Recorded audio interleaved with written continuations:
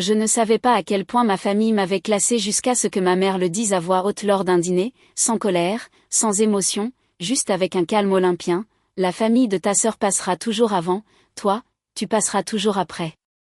Mon père a hoché la tête comme s'il s'agissait d'une équation mathématique élémentaire, tandis que ma sœur, Chloé, avait un petit sourire en coin derrière son verre de vin, et moi, je n'ai pas pleuré, je n'ai pas argumenté, j'ai juste dit, c'est bon à savoir, car quelque chose venait de se briser en moi à ce moment précis, pas mon cœur, mais ma loyauté. Avant de vous raconter la suite, prenez une seconde pour liker, vous abonner et me dire en commentaire d'où vous m'écoutez, et dites-moi, avez-vous déjà réalisé que vous étiez la dernière roue du carrosse dans votre propre famille ? Je m'appelle Manon et pendant la majeure partie de ma vie, j'ai appris à rester à ma place sans que personne ne prenne jamais la peine de m'expliquer les règles, pas de discours, pas de règlement affiché sur le frigo, juste des schémas, silencieux, le genre qu'on ne reconnaît qu'après qu'ils nous ont façonnés. J'ai grandi dans un pavillon à Nantes qui semblait tout à fait ordinaire de l'extérieur, avec une pelouse impeccable, une peinture neutre et des photos de famille dans l'entrée, mais si vous restiez assez longtemps à l'intérieur de cette maison, vous pouviez sentir comment l'attention se déplaçait, comment elle coulait rapidement vers une seule personne et comment elle ralentissait, ça me nuisait avant même de m'atteindre. Ma sœur avait une gravité que je n'avais pas, les conversations tournaient autour d'elle, les projets s'organisaient autour de son emploi du temps, quand quelque chose n'allait pas, tout le monde accourait, quand quelque chose allait bien, on célébrait bruyamment. J'ai appris très tôt que mon rôle était différent, j'étais celle qui n'avait pas besoin de grand-chose, celle qui pouvait gérer, celle que tout le monde décrivait comme « forte », comme si c'était un compliment et non un avertissement. Je n'ai pas grandi sans amour, c'est là toute la complexité, j'étais aimée en théorie, à travers des phrases rassurantes comme « tu vas t'en sortir »,« tu es si indépendante », un amour qui semblait généreux mais qui venait avec une condition tacite, ne demande pas plus, ne prend pas de place, n'ait pas besoin de nous comme elle a besoin de nous. Je le remarquais dans de petits moments, les matins d'anniversaire où mon gâteau venait du supermarché du coin acheté à la hâte alors que le sien était commandé des semaines à l'avance chez le meilleur pâtissier, les voyages en famille où ma valise restait au placard parce qu'il valait mieux que j'économise pour mes études, les jours de remise de diplôme où je prenais les photos pour tout le monde, restant sur le côté à tenir les manteaux, regardant les grandes étapes se dérouler sans moi dans le cadre. Quand je suis partie pour l'université, personne n'a pleuré sur le quai de la gare, il n'y a même pas eu de gare en fait, juste une étreinte rapide dans l'allée du garage et un rappel d'appeler quand je serais arrivée. J'ai payé mes propres frais, enchaîné les petits boulots étudiants, appris à étirer l'argent et le temps parce que je le devais, et chaque fois que je réussissais, cela renforçait silencieusement l'histoire que mes parents se racontaient. Tu vois, elle va bien, elle n'a pas besoin de nous. Des années plus tard, quand j'ai déménagé à Paris pour ma carrière, le schéma n'a pas changé, les appels téléphoniques étaient brefs, les nouvelles de ma vie étaient reçues poliment puis la conversation était redirigée. Comment va le boulot ? C'est bien. Tu as entendu ce que ta sœur traverse en ce moment ? J'étais devenue experte dans l'art d'écouter, de soutenir et de rester calme pendant que ma propre vie se déroulait en marge. Au moment de ce fameux dîner, celui où ma mère a finalement prononcé les mots fatidiques, je savais déjà où je me situais, ce qui m'a choqué n'était pas le classement, c'était l'aisance avec laquelle il le disait, comme si cela avait toujours été une évidence, comme si j'avais donné mon accord, et peut-être que d'une certaine manière silencieuse, je l'avais fait. Après ce dîner, rien n'a changé en apparence, et c'était bien là le problème.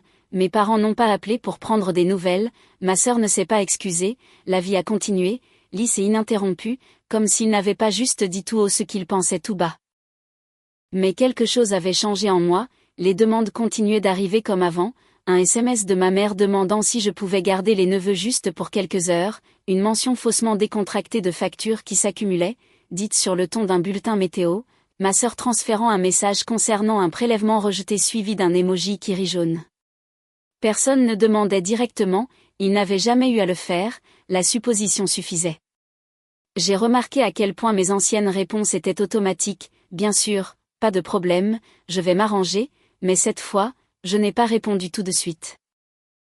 Au début, cela semblait mal, comme si je brisais une règle invisible, je voyais mon téléphone s'allumer et je sentais cette traction familière dans ma poitrine, le réflexe d'aplanir les choses avant qu'elles ne s'aggravent, mais au lieu de cela, j'ai laissé le téléphone sur le plan de travail, j'ai fini mon café, je suis allée travailler, j'ai vécu ma journée et rien n'a explosé. Cette réalisation était déstabilisante, le monde ne s'effondrait pas parce que je n'intervenais pas immédiatement, pas d'urgence, pas de catastrophe, juste le silence, suivi plus tard d'un deuxième message, puis d'un troisième plus incisif, « Est-ce que ça va ? Tu es bien silencieuse. » J'étais silencieuse parce que j'étais attentive, j'ai commencé à regarder ma propre vie avec la même clarté que j'apportais à mon travail, mes finances, mon emploi du temps, mon énergie, et j'ai réalisé à quel point une grande partie de tout cela avait été silencieusement allouée aux autres, de l'argent qui partait en petites sommes régulières, du temps que je gardais flexible, au cas où, des projets dans lesquels je ne m'engageais jamais totalement parce que quelqu'un pourrait avoir besoin de moi.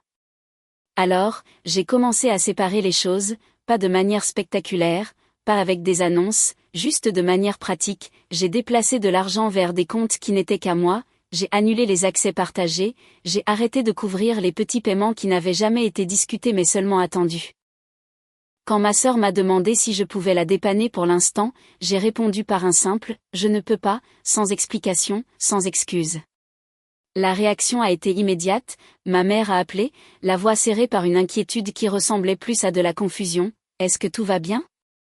Tu sembles distante. » Je lui ai dit la vérité, je suis juste occupée.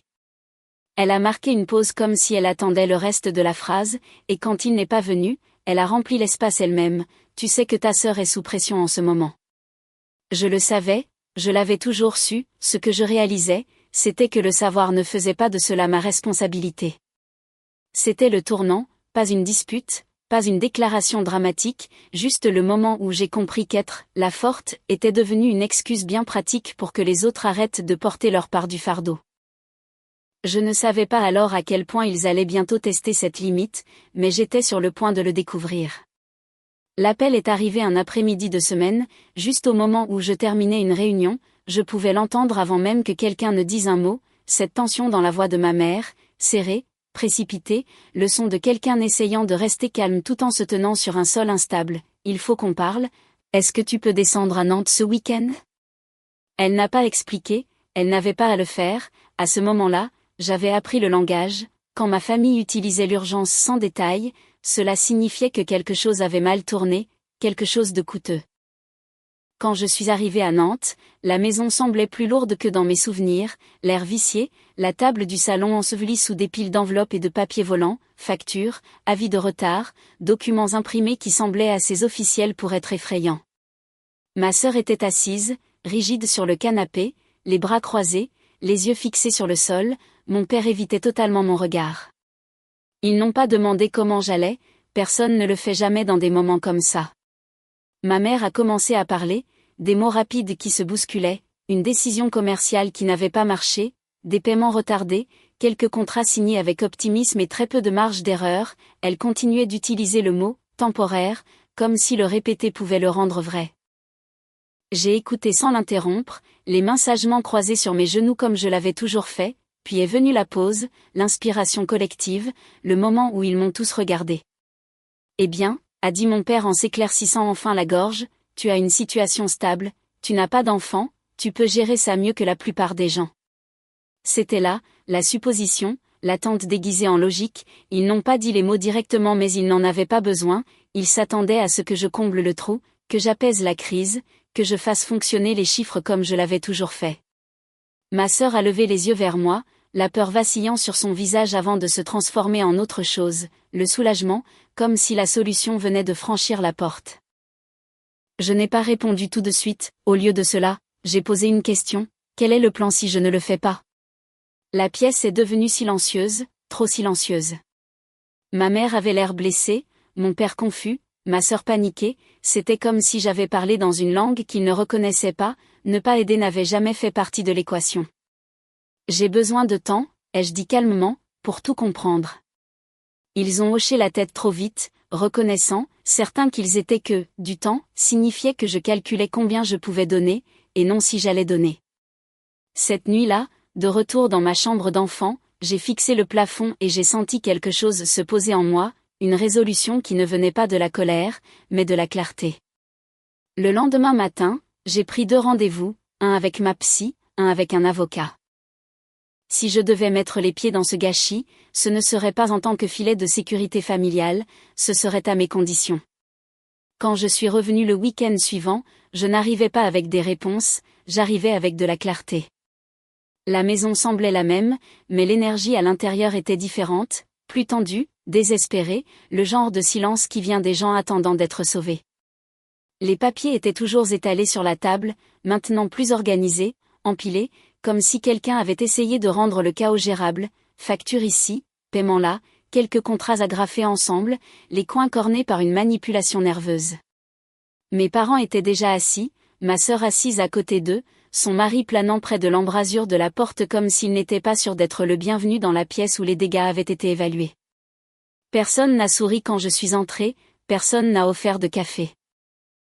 Ma mère a brisé le silence la première. Nous sommes vraiment contents que tu sois venue, a-t-elle dit, les mains serrées fort sur ses genoux, sa voix portait cette douceur fragile que je connaissais bien, le ton qu'elle utilisait quand elle avait besoin de quelque chose mais ne voulait pas le dire à voix haute.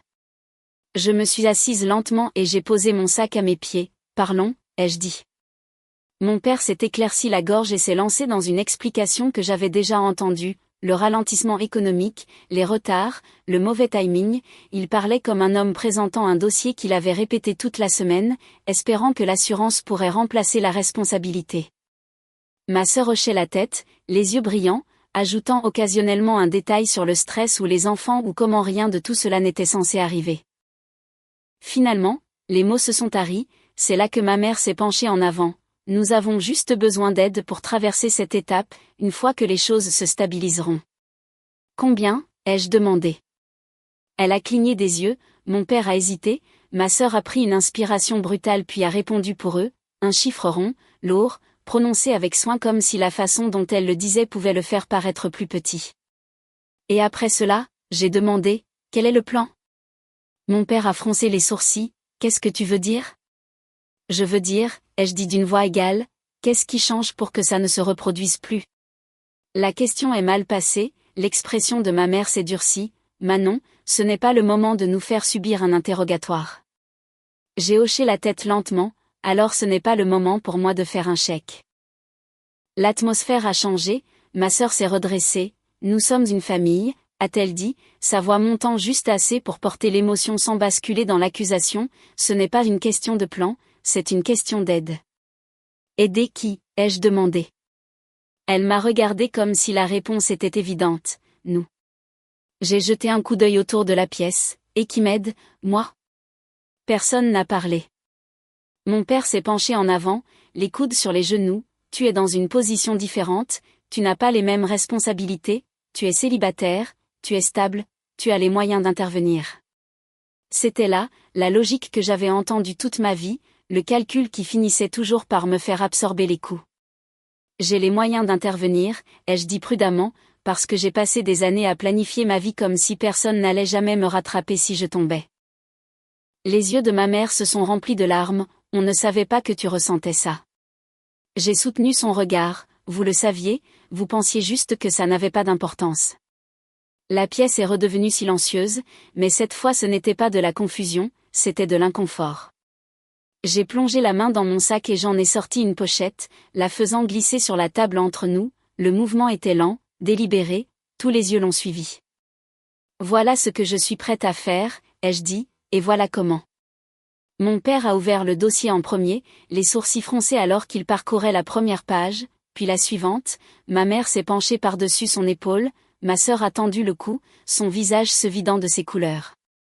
C'est un prêt, a dit mon père d'un ton plat. Oui, ai-je répondu, avec des termes clairs.